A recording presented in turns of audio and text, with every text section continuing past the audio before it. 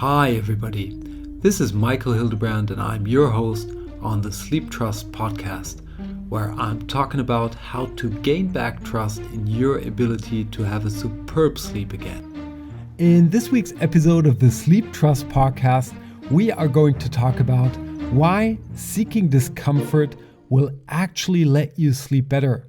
So this is going to be a podcast episode where I'm just going to throw out a couple of ideas to get you inspired to do things that might feel uncomfortable in the beginning, because in the end, you're going to reap the results. And we're going to take a couple of different angles on this topic. And as I said, I hope this is going to inspire you to embrace uncomfort from time to time, because eventually you're going to benefit from this. If you feel like stuck and you simply not feel good at the moment, and you're in this, let's say, comfort zone that doesn't feel that well, then this week's episode is there to get you motivated, inspired to do things that will let you feel empowered, let you feel proud of yourself again. And ultimately, it's going to give you confidence, the confidence back that you're in control of your life and that of things that are going on in your life. So let's start off. Maybe that it was one thing that just ran through my mind when I was sitting on the sofa just a couple of minutes ago, and that is birth. So birth is not only the most awesome and wonderful thing that we can find on this planet, at least when it comes to me, in my opinion, but it's also one of the most painful events for women, obviously. But if you think about this, it's also the most joyful event. The biggest pain that a woman will face in her life is probably the most joyful event afterwards, when the child is born. And just to think about that for a while says a lot. This is one of the things that is so deeply implemented into our lives. It's that it might have a message for us. It doesn't have to be bad to experience pain, and maybe it's even necessary to experience joy. And there's a thing that I learned in one of my past seminars years ago. It was probably in one of the NLP seminars, is that if we want to feel like, we need to have movement in our emotions. If you take a coin, a dime or something else, and put that onto your hand, the first thing that you will experience is that you feel the dime. It's probably a little bit colder than your hand. And if you don't move that dime, it's going to pick up on the temperature. And at some point, it's just going to feel as if it weren't there anymore. So the first sensation is gone. And without any movement in that sensation, like the coin getting hot or cold, or the coin moving around on our hand, without any motion, at some point we're not going to feel it anymore. So there are a couple of things that we should know about emotions. And that's what we're talking about when we're talking about anything in life. So we're not only talking about sleep. Sleep is ultimately, in real life, we're not really talking about sleep, because sleep is just a thing that happens. We want to rest and we want to feel good. That's what it's all about. We want to feel good. And to do so, to feel good, we also need to embrace and accept that there are painful things out there, and maybe they're necessary. Maybe we have to embrace painful things to be able to feel joyful things.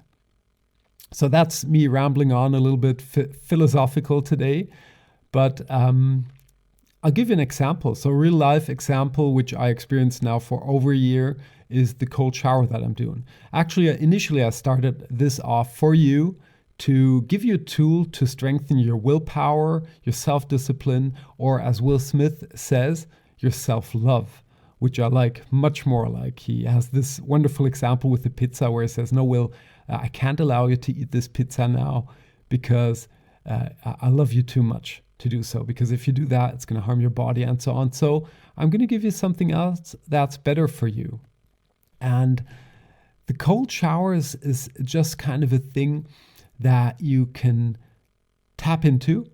It's definitely going to feel uncomfortable. So you're exposing your body to the cold. And there are a couple of very powerful things that you can do in this exercise. And you can find other discomfortable things that are not as hard to do, maybe as a cold shower for you. You don't have to go all in this. You can pick something that is slightly less uncomfortable, but I'll just share my experience with the cold shower with you right now. So the first thing, and that's initially why I started to have this as even a tool in my coachings, is you have to exercise something that we would call willpower. So you need to do something that you know is not going to be pleasurable. And the thing why you're going to do this, or that should get you motivated, gets me motivated to do so, is that first off, I know it's healthy. It's going to strengthen my immune system. I'm going to, and this is true, I didn't have one single bad day in the last year, where I had a flu or anything. So it definitely had a positive effect on my health. But it also let me experience the cold in a different way. Like the first time I did it was just like shocking. I started to yasp. I nearly, when I listened to this, an audiobook got me inspired to do that. And essentially, the guy who did this ran through the process, and I knew it would happen, but I guess when you experience what really happens underneath a cold shower in the winter, like the water was really cold, I was just like, oh my God, what's this? And I had to focus on my breath and really get a deep breath in, deep breath out, and so on. So I had to control my body. And after that, it was just so cold that I went into the depth of the feeling. So I had to get along with the feeling. And the thing that down the road helped me to do so was something that Wim Hof, who really promotes these cold showers and a breathing technique, said, and that is, be curious. And believe it or not, the curiosity helps. So what I do now when I shower, before I switch the water from the hot, which I typically have a hot shower before, like 3-4 minutes, and then I flip the switch to the cold water, is that I imagine, and I'm really curious to feel how it's going to feel with the cold water this time. So I do so when I flip the switch, then when I put my head under the water, when I feel it run down my back, the cold, it just gives a different sensation. Now, the other thing that you can notice is if you expose your body to something that is uncomfortable, at some point your body's going to adapt. You're going to get a new baseline. And this is an important state too. Like if you are in a bad place right now, this is just a baseline of a feeling that you've got. And you can move out of that. You have to move out of that. You want to move out of it in both directions. You cannot just move into one direction. If you are looking for only having joy in your life, which we should head to, so get me right here, we should always head to joyful feelings and experiences. But if you think that you can experience joy and joy and joy and joy without some kind of pain, I think that's just unrealistic. This is me speaking. There's no kind of like, okay, you would find scientific proof, but you can find scientific proof for nearly anything out there. But this is just out of my experience, the experience that I've got in many, many talks with friends, clients. You also need to be able to experience painful events. And I was even thinking about the words just while sitting on the sofas, because the first thing I thought was there are good things and bad things happening, but it's not right. That's an interpretation of the situation. Like if I say that if I go into the cold shower, that's a bad thing, I'm giving it a meaning now. It's not bad, it's just cold. And I'm doing this for a year now, so probably if you would have asked me after the first cold shower, I would have told you something else. But reality is, it's not bad. It's just cold. And the sooner you accept that things are as they are and feel into them, be curious about them. And I can tell you another story about a guy called Peter Shoup. I had a seminar with him just a while ago. And Peter Shoup, you probably won't know him, or odds are you don't. He's a very famous clown. So he even went into the big circus, Roncalli Circus, and these places, he all saw him. So, but Peter Shoup, which maybe not everybody knows, lost a young kid, years and years ago. It must have been 2 decades ago, something like that. And in a video he did later on, which I did after the seminar, actually when I went to visit the seminar, I didn't even know too much about Peter Shoup. I saw him in a video when he kind of was in a very reflecting kind of way, and he got asked about death, and he answered something like, I'm curious how it feels, death. And he really has this like thinking break in between it before it says death. And that was so touching and deep.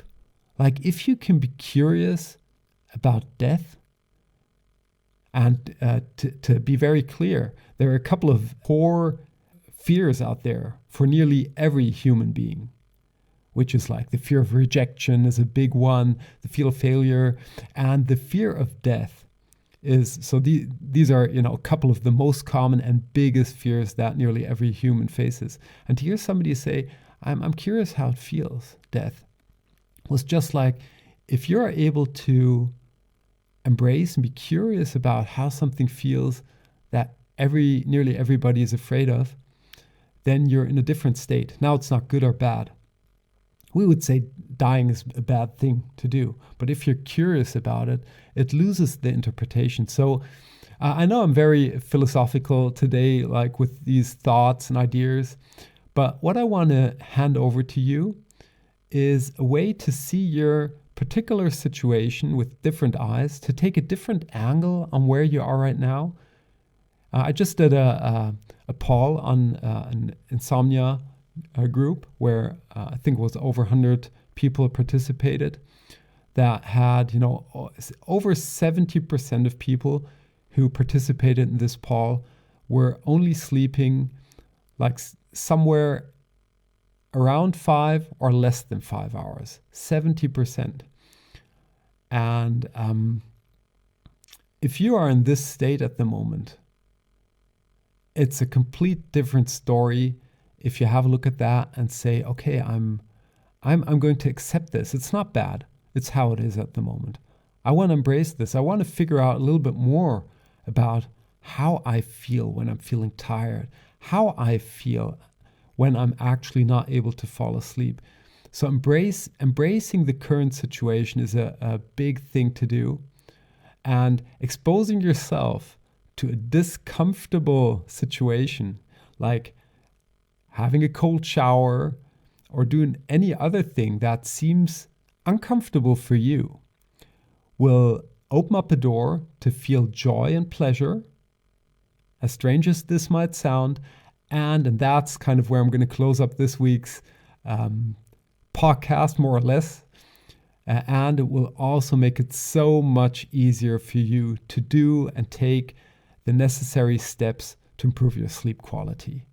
Because imagine how easy it's going to be to stick to a regular sleep schedule, to avoid watching TV, to write a gratitude journal, to have a hot bath, or all that other stuff that will help you to sleep better, or might know will help you to sleep better, or even just to figure out, to ask somebody what you should be doing to improve your sleep quality. How much easier will that be in comparison to having a cold shower or doing other uncomfortable things? Now you will feel empowered and say, okay, I'd rather do that than do the cold shower again. And just have that reference point is super powerful. So I'll share another thing that I did with you, because I'm going to share the video with you in the next couple of days. The last couple of days it was snowing here, and I did a challenge with my son. Like he said, okay, let's go out into the snow in shorts. Like he did that last year on his own. And I said, yeah, I agreed a while ago. We can do that. It was probably, like summer when we said we're going to do this, or autumn. And that was really snowing. So he asked me, and I said, yeah, okay, let's do it. We hopped. And that day, I wasn't in the mood to go out into the snow. I wouldn't have done that without of me feeling the need to stand with my word that I gave my son. So I hopped into my shorts, and then we went out into the snow only wearing shorts, laid down and got covered in snow. What really helped me was obviously that I did the cold showers before, so you can expand your level of discomfort. And another thing was I did the breathing. And at the beginning of the video, if you have a look at that, I'm going to publish that on YouTube. I say something like, oh my God, this is colder than a cold shower, obviously. But after I did the meditation, like going into the depth, doing the breathing, really doing a kind of a meditation, accepting the cold pain, it was okay. And I was lying in the snow for 10 minutes, and I could have went on for longer. I was just too afraid that I would harm my body without noticing it, like my feet or anything like that. So this is just something, you're gonna have fun if you look at that. Please let me know what you think when you see the video, and don't feel challenged to go into the snow. This is just for one reason. This should inspire you. A year from now, I would never have done that. Like, start small, do something that is uncomfortable for you, and then you can expand from there and build the strength of your willpower. And this is definitely going to help you to do anything you need to do to return back to superb sleep and to return back to feeling better at daytimes, because that's, in the end, that's what we're talking about here, right? So to put that into context, feeling discomfort fits into the mindset section. I've got a 9-step process to bring people back to high quality sleep on a natural foundation with high energy levels at daytime. And it's kind of divided. These 9 steps are divided into 3 blocks. So we're talking about the mindset, the practice, and the habit. And this is all around the mindset, right? We're setting our mind right. We're giving our minds more dynamics, more range of making good decisions for us and feeling differently about them. But as always, it's up to you. You can say, no, I want to feel comfortable, comfy, cozy, and move on from there. Why shouldn't that be possible? But there's a guy I forgot who said it. I want to phrase here, who said, the comfort zone is a very dangerous place to be. And I must say, I agree. It takes energy and effort to move out of the comfort zone. And many people have become comfortable of feeling uncomfortable. And what is that for life? So I'd rather feel a little bit of pain every now and again and be able to feel the joy too, and see that joy and come to a different interpretation of what is good and what is bad. So whatever you do, I wish you good sleep. And don't forget to go to YouTube, check out the Sleeptrust channel on YouTube, and check out the video where I went to test a new level of discomfort for me, like in the snow. And I hope you're going to enjoy that video, especially probably the first seconds when I drop into the snow, which I'm not sure if I'm going to do that again, but definitely enjoy that. And with that, let's wrap up this week's episode of the Sleeptrust podcast. Seeking Discomfort will give you a new angle on what is going on in your life at present, especially when it comes to evaluating if it's good or bad. It will also help you to get motivated to implement things that will actually improve your sleep with ease, rather than what it might be for you today. And that's it for this week's episode of the Sleeptrust podcast. I hope you enjoyed yourself and that you tune in next week when we're going to talk about how sleep affects our mental health. Until then, have a superb sleep. Hey there, and thanks for listening to the Sleeptrust podcast. I hope you've enjoyed this episode. If you want to get further information on this podcast or material that will help you to gain back your sleep trust, please check out sleeptrust.eu. That's sleeptrust.eu, where you will get lots of information around sleep. And here comes some legal stuff. Everything on this podcast is my opinion only, so do not take it as an advice, as I am not a doctor, nor have I considered your personal situation. If you feel that you need medical advice, please consider getting an appointment at your doctor of trust. If you want to give me any kind of feedback on this podcast, feel free to email me at podcast@sleeptrust.eu. I hope you tune in again next week, and until then, have a good sleep.